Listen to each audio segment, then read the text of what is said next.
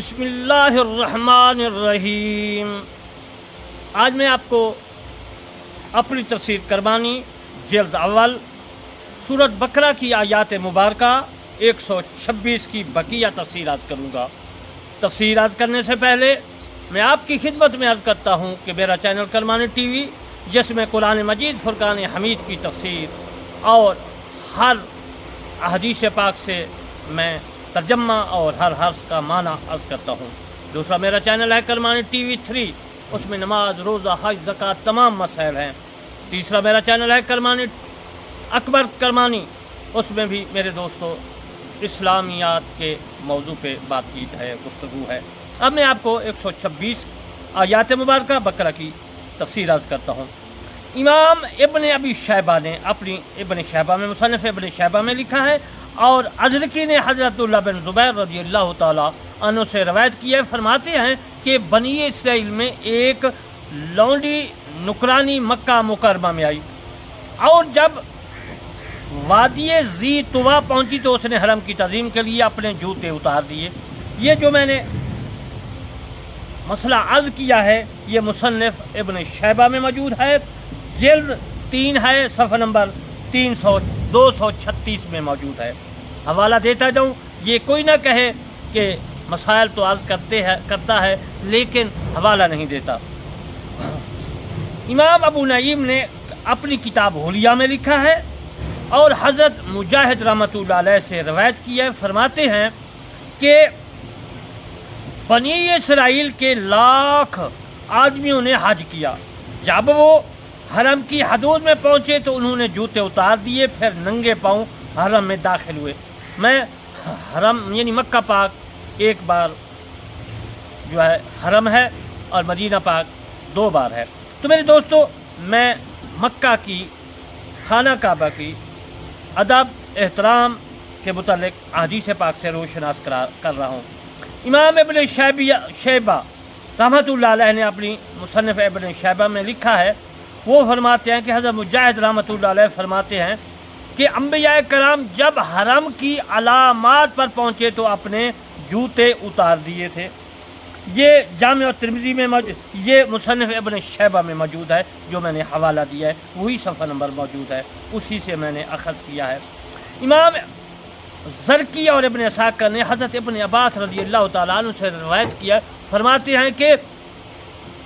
حواریوں نے حج کیا، جب وہ حرم میں داخل ہوئے تو حرم کی تعظیم کے لیے پیدل چلے۔ امام زرقی رحمۃ اللہ علیہ نے حضرت عبد الرحمن بن ثابت سے روایت کیا ہے، فرماتے ہیں کہ جب رسول اللہ صلی اللہ علیہ وآلہ وسلم نے مدینہ طیبہ کی طرف جانے کا ارادہ فرمایا تو حجر اسود کو سلام کیا اور مسجد کے درمیان کھڑے ہو گئے،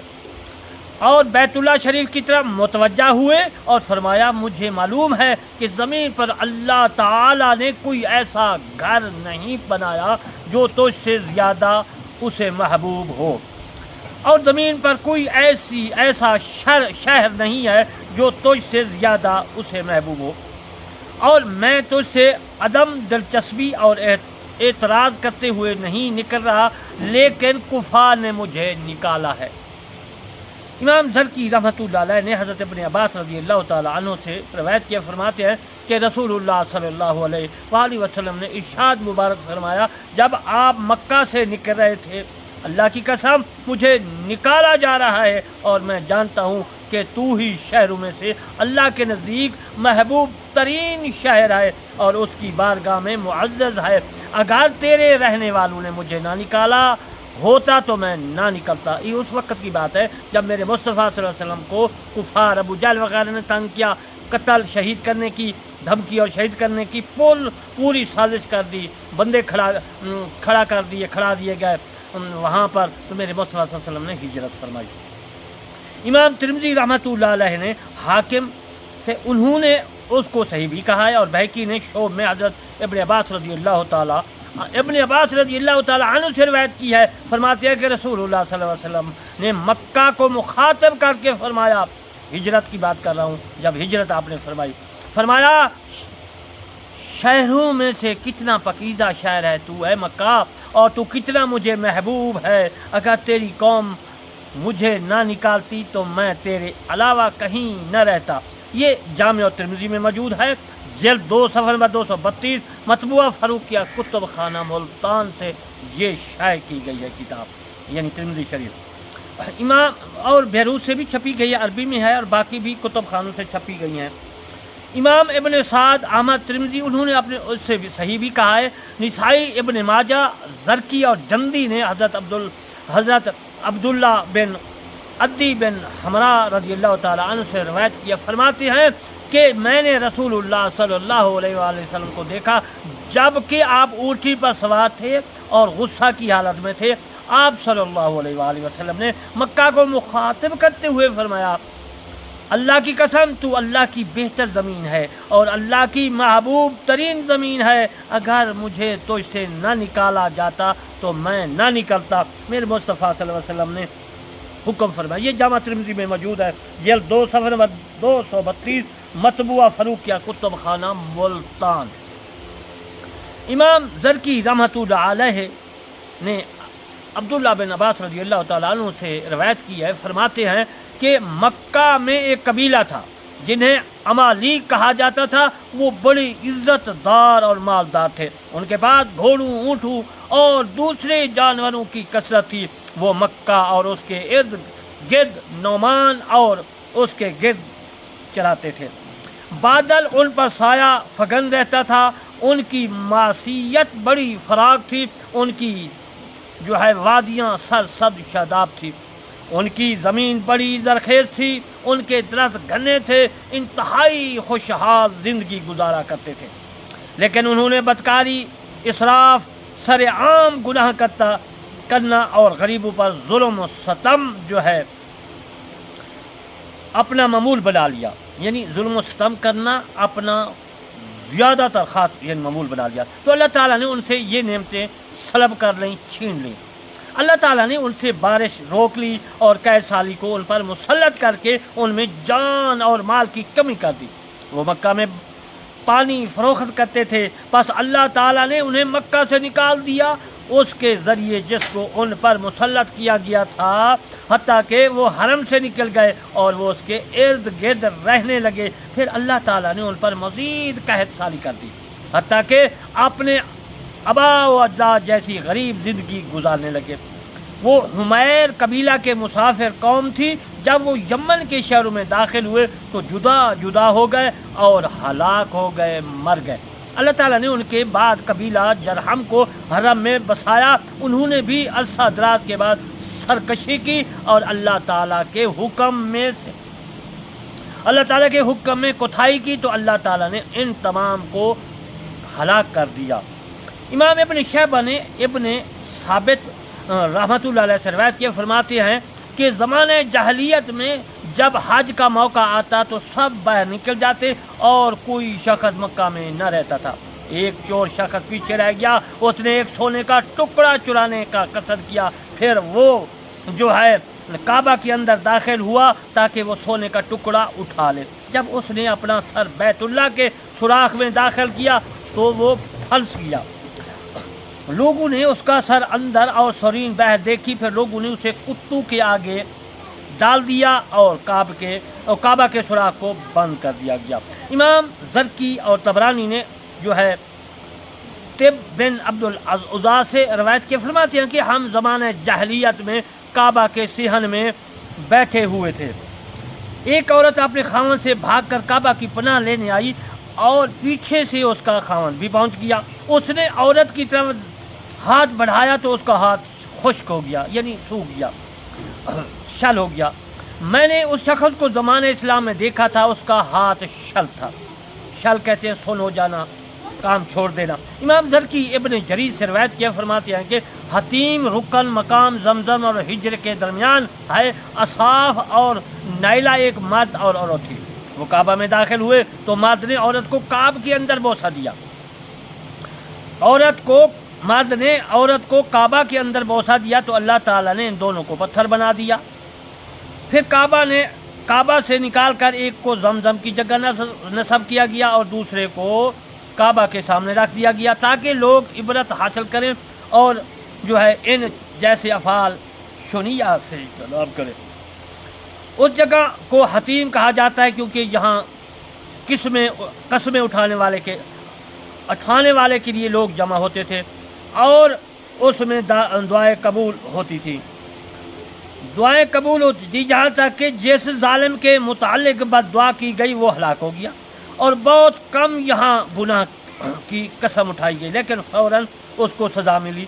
یہ لوگوں کو ظلم سے روکنے والی جگہ ہے اور لوگ یہاں جھوٹی قسمیں اٹھانے سے ڈرتے تھے۔ یہ معاملہ اس طرح چلتا رہا تاکہ اللہ تعالیٰ نے اسلام کا سراج منیرہ طلوع فرمایا، بس اب اس معاملہ کو اللہ تعالیٰ نے قیامت تک مؤخر فرما دیا ہے۔ امام زرکی رحمۃ اللہ علیہ نے ایوب بن موسیٰ رحمۃ اللہ علیہ سے روایت کیا ہے، زمانہ جاہلیت میں ایک عورت تھی جس کے ساتھ اس کے چچا کا چھوٹا بیٹا تھا جس کے لیے وہ محنت مشقت کر کے روزی لاتی تھی۔ ایک دن اس عورت نے اس بچے سے کہا کہ اے بیٹے، میں تو سے غائب ہو جاتی ہوں اور مجھے تجھ پر کسی ظالم کے ظلم کرنے کا خدشہ ہوتا ہے، میرے بعد اگر کوئی تیرے پاس ظالم آ جائے تو اللہ تعالیٰ کا جو مکہ مکرمہ ہے، مکہ میں ایک گھر ہے خانہ کعبہ، یعنی کوئی گھر اس کے مشابہ نہیں ہے اور مفاسد اس کے قریب نہیں جاتے، اور اس گھر پر غلاف ڈالے ہوئے ہیں، کبھی اگر کوئی ظالم تجھ پر ظلم کرے تو اس گھر کے رب سے پناہ مانگ لینا، وہ تیری بات سنے گا۔ فرماتے ہیں کہ ایک شخص آیا اور اس کو اپنا غلام بنا لیا۔ جب غلام نے بیت اللہ شریف کو دیکھا تو اس کی صفت پہچان گیا، وہ سواری سے اتر کر کعبہ سے چمٹ گیا۔ اس کا مالک آیا، اس نے اسے پکڑنے کے لیے ہاتھ بڑھایا تو جو ہے مالک کا ہاتھ خوش ہو گیا، اور دوسرا ہاتھ بڑھایا تو وہ بھی خوش ہو گیا۔ اس نے زمانہ جاہلیت میں طلب کیا تو اسے فتویٰ دیا گیا کہ ہر ہاتھ کے بدلے ایک اونٹ ذبح کر۔ اس نے اونٹ قربانی کیے تو اس کے ہاتھ ٹھیک ہو گئے، اس نے غلام چھوڑ دیا اور آزاد کر دیا۔ میں وہ مسئلہ بیان کر رہا ہوں حرم کے متعلق کہ اس میں جو ہے جو مارنا حرام ہے، جانور مارنا حرام ہے، قتل و غارت کرنا حرام ہے۔ اگر کوئی ایسا کام کرے گا جو اللہ تبارک و تعالیٰ نے ممنون فرمایا تو وہ سزا کا مستحق ہوگا۔ امام زرکی نے عبد المطلب بن ربیعہ بن حارث رحمۃ اللہ علیہ سے روایت کیے، فرماتے ہیں کہ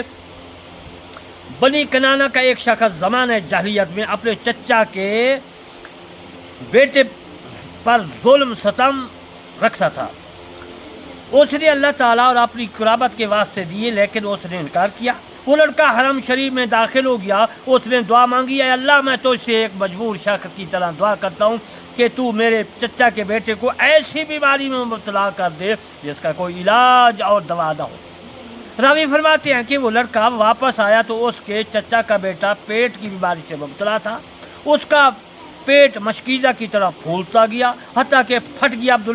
عبد المطلب نے کہا کہ میں نے یہ واقعہ حضرت عبداللہ ابن عباس رضی اللہ تعالیٰ عنہ سے بیان کیا تو انہوں نے فرمایا میں نے اس ایک شخص دیکھا تھا جس نے اپنے چچا کے بیٹے کے لیے اندھا ہونے کی دعا کی تھی، پھر میں نے اسے دیکھا کہ اندھے کو پکڑ کر لایا جاتا تھا۔ میرے دوستوں میں عرض یہ کر رہا ہوں کہ مکہ میں جو دعا جو ہے مانگو گے قبول ہوگی، کسی طرح کے بھی ہو، نیک ہو۔ تو میرے دوستو ابن ابی شیبہ اور بہیقی نے شعب میں حضرت عمر بن خطاب رضی اللہ تعالیٰ عنہ سے روایت کیے، فرماتے ہیں کہ انہوں نے خطبہ دیا کہ اہل مکہ اس حرم کے متعلق اللہ سے ڈرو، کیا تمہیں معلوم ہے تمہارے اس حرم میں تم سے پہلے کون رہتے تھے؟ وہ بنو فلاں تھے، انہوں نے اس کی حرمت کو پامال کیا تو وہ ہلاک ہو گئے، اور بنو فلاں نے اس کی حرمت کو حلال جو ہے کیا تو وہ بھی ہلاک ہو گئے، حتیٰ کہ آپ نے بہت سے خاندان شمار کیے۔ پھر فرمایا اللہ کی قسم کسی اور جگہ 10 گناہ کرنا میرے نزدیک اس میں ایک گناہ کرنے سے بہتر ہے۔ میں حوالہ دیتا جاؤں، یہ شعب الایمان جلد 3 صفحہ نمبر 443 اور اس میں موجود ہے۔ امام زرکی رحمۃ اللہ علیہ نے جندی اور ابن خزیمہ رحمۃ اللہ علیہ سے روایت کیے، فرماتے ہیں کہ حضرت عمر بن خطاب رضی اللہ تعالیٰ عنہ سے روایت ہے کہ انہوں نے قریش سے فرمایا کہ اس گھر کے والی تم سے پہلے جو ہے تسم تھے، انہوں نے اس کے حق میں تحقیر کی اور اس کی حرمت کو پامال کیا تو اللہ تعالیٰ نے انہیں ہلاک کر دیا۔ پھر وہ جرحم قبیلہ کے لوگ اس کے والی بنے، انہوں نے اس کے حقوق کا خیال نہ رکھا تو اللہ تعالیٰ نے بھی انہیں بھی ہلاک کر دیا۔ بس تم اس کی احانت نہ کرو اور اس کی حرمت کا احترام کرو، یعنی خانہ کعبہ کا ادب کرنا چاہیے۔ بے ادبی کرنے والا کسی مصیبت میں بھی ضرور مبتلا ہو سکتا ہے۔ امام زرکی رحمۃ اللہ علیہ اور جندی رحمۃ اللہ علیہ نے حضرت عمر بن خطاب رضی اللہ تعالیٰ عنہ سے روایت کیا، فرماتے ہیں کہ کسی اور جگہ 70 گناہ کرنا مکہ میں 1 گناہ کرنے سے زیادہ اچھا لگتا ہے۔ امام جندی رحمۃ اللہ علیہ نے حضرت مجاہد رحمۃ اللہ سے روایت کیا، فرماتے ہیں کہ جس طرح مکہ میں نیکیاں زیادہ ہوتی ہیں اسی طرح گناہ بھی کئی گنا زیادہ ہوتے ہیں۔ امام زرکی رحمۃ اللہ علیہ نے حضرت ابن جریج رحمۃ اللہ علیہ سے روایت کیا، فرماتے ہیں کہ مجھے یہ خبر پہنچی ہے کہ مکہ میں 1 غلطی 100 غلطیاں شمار ہوتی ہیں اور نیکیوں کا معاملہ بھی اسی طرح ہے۔ حضرت ابو بکر الواسطی نے بیت المقدس کے فضائل میں حضرت عائشہ صدیقہ رضی اللہ تعالیٰ عنہ سے روایت کیا، فرماتے ہیں کہ نبی کریم صلی اللہ علیہ وآلہ وسلم نے ارشاد مبارک فرمایا اور اسے اس نے فرمایا مکہ ایک شہر ہے جس کی اللہ تعالیٰ نے عظمت بیان فرمائی ہے اور اس کو بہت بلند حرمت عطا کی ہے۔ مکہ کو پیدا فرمایا اور اسے 1000 سال زمین کی تخلیق سے پہلے ملائکہ کے ساتھ گھیر دیا، اور مدینہ کو پھر میں مصلحت کر دیتا ہوں کہ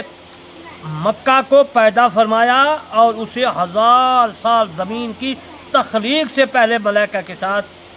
گھیر دیا، اور مدینہ کو بیت المقدس کے ساتھ ملایا، پھر 1000 سال بعد تمام زمین کو یکبارگی پیدا فرمایا۔ وَارْزُقْ أَهْلَهُ من الصبرات کی تفسیرات کرتا ہوں۔ امام زرکی رحمۃ اللہ علیہ نے محمد بن مقدار رحمۃ اللہ علیہ سے نبی کریم صلی اللہ علیہ وسلم سے روایت کے فرماتے کہ جب اللہ تعالیٰ نے حرم کو رکھا تو اس کے لیے طائف کو فلسطین سے نقل فرمایا۔ امام ابن جریر نے اپنی تفسیر طبری میں لکھی ہے موجود، اور ابن ابی حاتم نے محمد بن مسلم مسلم رحمۃ اللہ سے روایت کیا، فرماتے ہیں مجھے یہ خبر پہنچی ہے کہ جب حضرت ابراہیم علیہ السلام نے حرم کے لیے دعا فرمائی یا اللہ انہیں پھلوں کا رزق عطا فرما، تو اللہ تعالیٰ نے اسے طائف کو فلسطین سے نقل فرمایا۔ میں وَارْزُقْ أَهْلَهُ مِنَ الصَّبْرَاتِ، یا اللہ رزق عطا فرما اہل مکہ والوں کو، من الصبرات، صبرات پھلوں کو کہتے ہیں۔ امام ابن جریر رحمۃ اللہ علیہ کی میں نے نقل کی ہے۔ امام ابن حاتم اور زرکی نے زہری رحمۃ اللہ علیہ سے روایت کیا، فرماتے ہیں اللہ تعالیٰ نے شام کے دیہاتوں میں سے ایک دیہات نقل فرمایا، اس کو طائف میں رکھا، یہ حضرت ابراہیم علیہ السلام کی دعا کی وجہ سے کیا۔ امام زرکی نے سعید بن مسیب بن یسار سے روایت کیا، فرماتے ہیں میں نے حضرت نافع بن جبیر بن مطعم وغیرہ سے کسی بیٹے سے سنا ہے کہ وہ بیان کرتے تھے کہ انہوں نے بھی سنا ہے کہ جب حضرت ابراہیم علیہ السلام نے اہل مکہ کے لیے پھلوں سے رزق ملنے کی دعا کی تو اللہ تعالیٰ نے طائف کی زمین کو شام سے منتقل فرمایا اور اسے یہاں حرم کے رزق کے لیے بچھا دیا۔ اور امام زرکی نے حضرت محمد بن کعب قرظی رضی اللہ تعالیٰ عنہ سے روایت کیا، فرماتے ہیں حضرت ابراہیم علیہ السلام نے مومنین کے لیے دعا فرمائی اور کفار کو چھوڑ دیا، ان کے لیے کوئی دعا نہ فرمائی، ارشاد فرمایا ومن کافر۔ حضرت آخر تک یہ آیات مبارکہ ہے۔ حضرت سفیان بن عیینہ نے مجاہد سے روایت کیا، فرماتے ہیں کہ وَارْزُقْ أَهْلَهُ کے تحت فرماتے ہیں کہ حضرت ابراہیم علیہ السلام نے اللہ اور آخرت پر ایمان لانے والوں کے لیے رزق طلب کیا تو اللہ تعالیٰ نے فرمایا جنہوں نے پہلے کفر انکار نہیں کیا، کفار کیا انہیں میں رزق دوں گا۔ امام ابن ابی حاتم طبرانی اور ابن مردودیہ نے حضرت ابن عباس رضی اللہ تعالی عنہ سے روایت کی ہے، فرماتے ہیں کہ حضرت ابراہیم علیہ السلام نے اپنی دعا میں مومنین کو خاص فرمایا تھا، تمام لوگوں کے لیے آپ نے سوال نہیں کیا تھا، بس اللہ تعالیٰ نے ومن کافر امتہ قلیلا ثم اترو نازل فرمایا کہ میں ان کو بھی رزق دوں گا جس طرح میں مومنین کو رزق دیتا ہوں، میں مخلوق پیدا کرتا ہوں تاکہ ان کو رزق دوں، فامتہ قلیلا ثم اترو الی عذاب النار، میں اسے بھی فائدہ اٹھانے دوں گا، چند روز پھر مجبور کروں گا اسے پھر دوزخ کے عذاب کی طرف۔ پھر حضرت ابن عباس رضی اللہ تعالیٰ عنہ سے روایت ہے، فرماتے ہیں کہ کلا نمد ہؤلاء سورۃ اسراء میں ہے کہ 20 آیات مبارکہ کی آیات تلاوت فرمائی۔ ابن ابی جریر رحمۃ اللہ علیہ نے تفسیر طبری میں لکھا ہے اور ابن ابی حاتم نے اور ابو عالیہ رحمۃ اللہ علیہ سے روایت فرماتے ہیں کہ ابی بن کعب نے ومن کافرہ کے متعلق فرمایا یہ اللہ کا ارشاد ہے۔ حضرت ابن عباس رضی اللہ تعالیٰ عنہ نے فرمایا کہ حضرت ابراہیم علیہ السلام کا ارشاد ہے، وہ اپنے رب سے سوال کر رہے ہیں کہ وہ کفر کرے، اسے بھی تھوڑے رزق سے جو ہے متمنا فرما۔ میں کہتا ہوں کہ ابن عباس سے جو ہے اسے فومت ہو امر کے سیگا کے ساتھ پڑھا ہے، اور اسی وجہ سے انہوں نے اسے حضرت ابراہیم علیہ السلام کا کلام شمار کیا۔ میرے دوستو، جو میں نے یہ حوالہ دیا ہے آپ کی خدمت میں، تفسیر جو ہے طبری میں ہے، جو حضرت ابن جریر رحمۃ اللہ علیہ کی لکھی ہے، عربی کا حوالہ دے رہا ہوں، زیر آیات 126 جلد اول صفحہ نمبر 629، اور یہ بیروت سے چھپی گئی ہے۔ میرے دوستو، آج میں نے حضرت ابراہیم علیہ السلام کے متعلق عرض کیا، مکہ کے حرم کے متعلق، اور مکہ میں ایک گناہ کرو تو 100 یا کتنے زیادہ گناہ ملتی ہے، نیکی کرو تو اتنی نیکی ملتی ہے۔ تو میرا عزیزان محترم، کعبہ میں جانا ثواب ہے، وہاں گناہ نہیں کرنا چاہیے، وہاں کسی کو مارنا، قتل کرنا، جو کو یہ وہ تمام چیزیں جو ممنوع ہے قرآن نے فرما دیا، اس پر عمل کرنا ضروری ہے۔ آخر میں عرض کرتا ہوں، میرے چینل کرمانی ٹی وی 3 اور کرمانی اکبر کرمانی کو ضرور سبسکرائب، لائک، کمنٹ کرنا ہے۔ قرآن کو ہر انسان کے کان میں پہنچانا ہے، اور اسلام پہنچانا ہے، رسول صلی اللہ علیہ وسلم کا فرمان پہنچانا ہے۔ وما علینا الا البلاغ المبین۔